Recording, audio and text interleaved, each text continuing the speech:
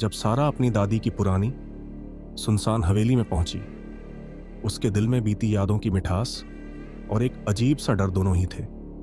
हवेली की दीवारें खामोश थीं, लेकिन उनमें छिपी थी एक कहानी, एक ऐसी कहानी जो अब भी जिंदा थी।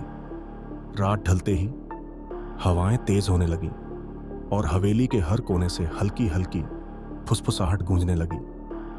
सारा एक अनजाना खौफ उसके दिल में बैठने लगा, मगर सच्चाई जानने की चाह उसे और गहरे अंधेरे में खींच रही थी। पुरानी तस्वीरें, चिट्ठियां, एक परिवार जिसकी किस्मत में सिर्फ बदनसीबी और पागलपन की दास्तानें लिखी थीं।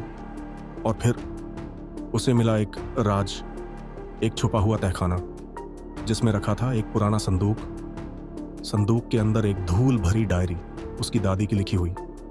उस डायरी के पन्ने बता रहे थे साय का सच, एक श्राप जो पीढ़ियों से चला आ रहा था और अब सारा तक पहुंच चुका था। और फिर फुसफुसाहटें दर्दनाक चीखों में बदल गईं।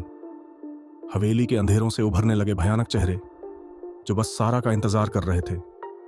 उसे समझ आ गया, बचने का बस एक ही तरीका था, उसे अपने अंधेरे अतीत का सामना करना होगा।